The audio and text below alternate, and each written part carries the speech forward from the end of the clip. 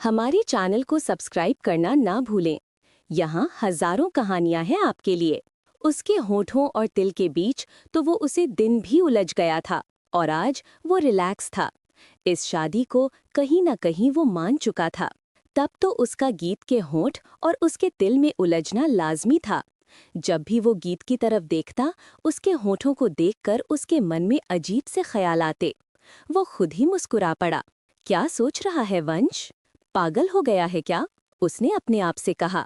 मगर उसके ये ख्याल और बढ़ने वाले थे। जैसे ही वंश ने घर के अंदर जाकर गाड़ी रोकी, गाड़ी के रुकने से गीत की नींद खुल गई। उसने आसपास देखा।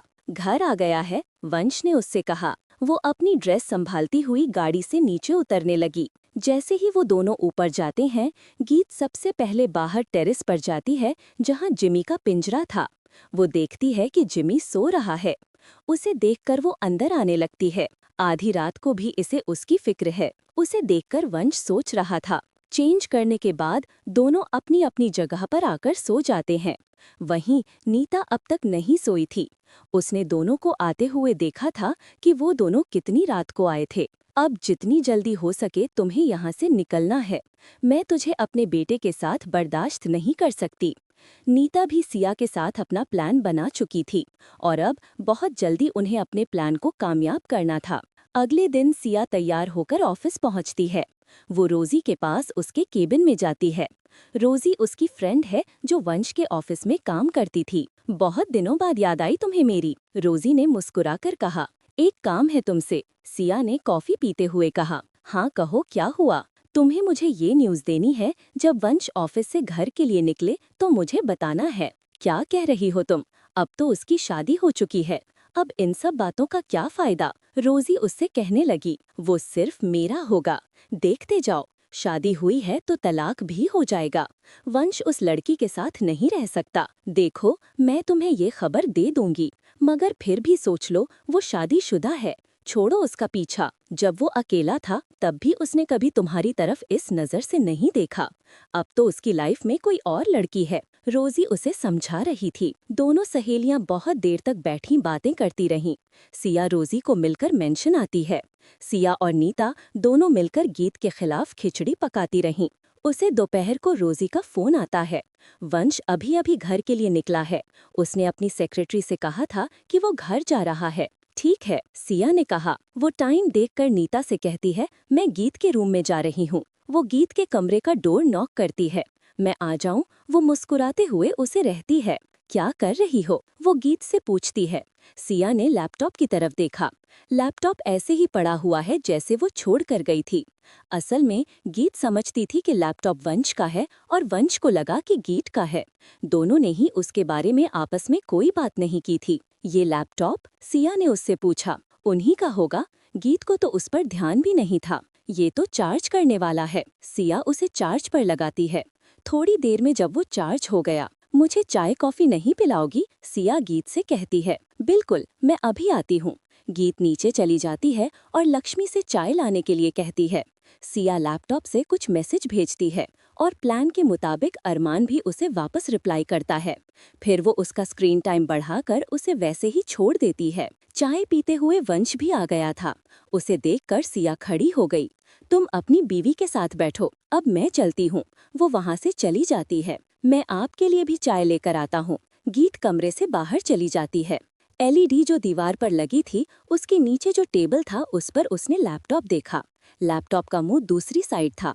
जैसे ही उसने अपनी तरफ घुमाया, उसे वो मैसेज नजर आए। वो मैसेज को पढ़कर बहुत हैरान परेशान हुआ, बल्कि कि मैसेज अभी भी उस पर डिलीवर हो रहे थे। तुम कब मुझसे मिलने आओगी? मैं तुम्हारी वेट कर रहा हूँ। उसके मैसेज पढ़ने के बाद वंश को, मैं तुम्हें उसे घर से निकाल लूंगा, उसने लिखा था। हम उस दिन मिले थे जब तुम डिनर के लिए आई थी। फिर किसी बहाने से घर से बाहर नहीं आओगी क्या? वंश को अचानक वो लड़का याद आता है जो गीत से बात कर रहा था, जब वंश गाड़ी पार्किंग में गाड़ी लगा रहा था। थोड़ी देर में गीत हाथ में ट्रे लिए कमरे में आती है। आप चाय पी लीजिए। उसने देखा कि वंश के चेहरे पर गुस्सा है। क्या हुआ? गीत ने उससे पूछा।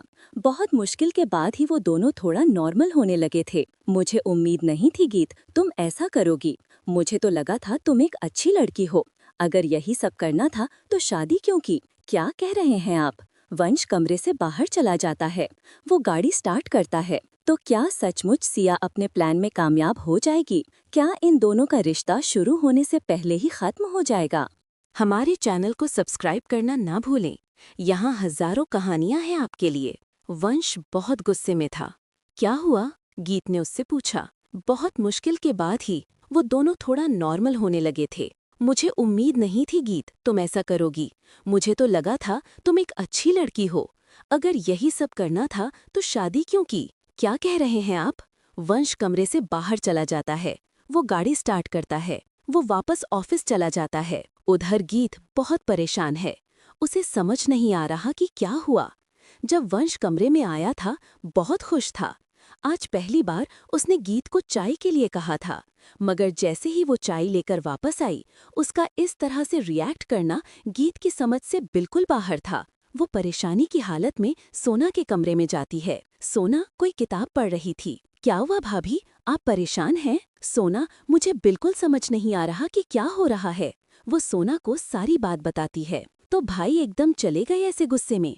मानती हूँ मैं, भाई को गुस्सा बहुत जल्दी आता है, मगर फिर भी भाई बिना मतलब की लड़ाई करने वाले तो फिर भी नहीं हैं।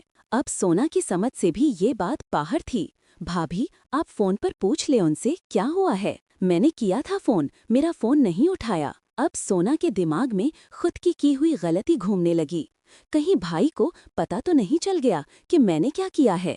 मगर वो मुझ पर गुस्सा होते, भाभी पर थोड़ी। क्या हुआ? सोना को ऐसे सोचते देखकर गीत ने पूछा। मैं फोन करती हूँ भाई को, शायद मेरी कॉल उठा ले। सोना फोन लगाती है, मगर वो फोन नहीं उठाता। आप मॉम से पूछें, शायद आपको मॉम बता दें। तभी दरवाजा खोलती हुई नीता अंदर आती है। उसे लक्ष्मी ने बता दिया था कि गीत सोना के पास बैठी है। नीता को डर है कि कहीं सोना उसे कोई बात बता ना दे। सोना, तुम्हारे रेस्ट का टाइम हो गया है, चलो रेस्ट करो। नीता को देखकर गीत उठकर वहां से चली जाती है। गीत को पता है कि नीता उसे बिल्कुल भी पसंद नहीं करती। रात हो गई थी, वंश नहीं आया था। गीत कपड़े चेंज करने के बाद आकर बालकनी में बैठ गई थी। जिमी उसके पास जमीन पर खेल रहा था। जिमी, मैं नॉर्मल लाइफ जीना चाहती हूँ। क्या वो हमेशा ऐसे ही रहेंगे? मैं ये नहीं कहती कि वो मुझे प्यार करें, और ना ही मुझे उनसे प्यार है, मगर फिर भी दो इंसानों को साथ में लड़ना तो नहीं चाहिए।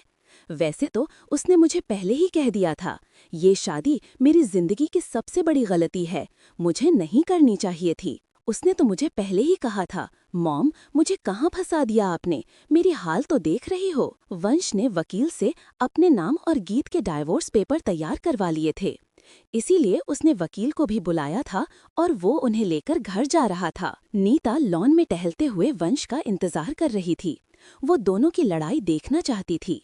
जैसे ही गाड़ी से उतरता हुआ वंश लॉन में आया। बेटा, इतनी रात हो गई, कहाँ थे तुम? परेशान क्यों हो? नहीं माम, कोई बात नहीं। नीता चाहती थी कि वंश उसे जो उसने लैपटॉप में पढ़ा था वो पूरी बात उससे कहे, मगर वो इग्नोर करता हुआ अपने कमरे की तरफ जाने लगा।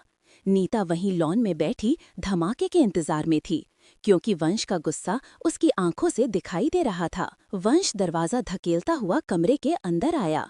गीत सोफे पर सो रही थी। वंश ने उसके मासूम से चेहरे की तरफ देखा। बड़ी बड़ी पलकें जो बंद आंखों पर दिख रही थीं, उसके नेचुरल गुलाबी होंठ, उसके होठों का पास तिल, गोरा रंग और उसके बाल जो उसके आधे चेहरे को ढक रहे थे। कितनी मासूम और प्यारी हो तुम, कौन कहेगा कि तुम कैसी हो? मैं इस चेहरे के धोखे में नहीं आ सकता, वो अपने आप से कहता है। फिर उसकी नज़र लैपटॉप पर गई, जिसे वो जैसा छोड़कर गया था वैसा ही पड़ा था। वंश बहुत गुस्से में था, मगर वो सोई हुई गीत को नहीं उठा सका। कोई बात नहीं, मैं तुमसे सुबह बात करूंगा। सुबह वंश के उठने से पहले गीत उठ चुकी थी।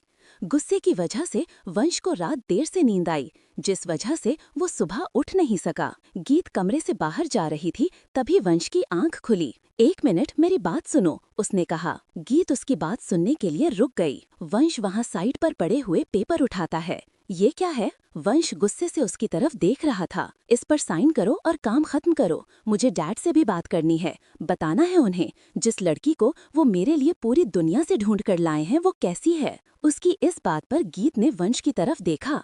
क्या बात कर रहे हैं? ये बात तो डैड भी बर्दाश्त नहीं करेंगे और फिर वो खुद हमारा तलाक कराएंगे। सबको पता चल जाएगा तुम्हारी हरकतें कैसी हैं। मैं मानता हूँ हम दोनों के बीच कुछ भी नॉर्मल नहीं है, तो जिसे तुम पसंद करती थी उसी से शादी करती, समझी? पैसे के लिए शादी की तुमने मुझसे।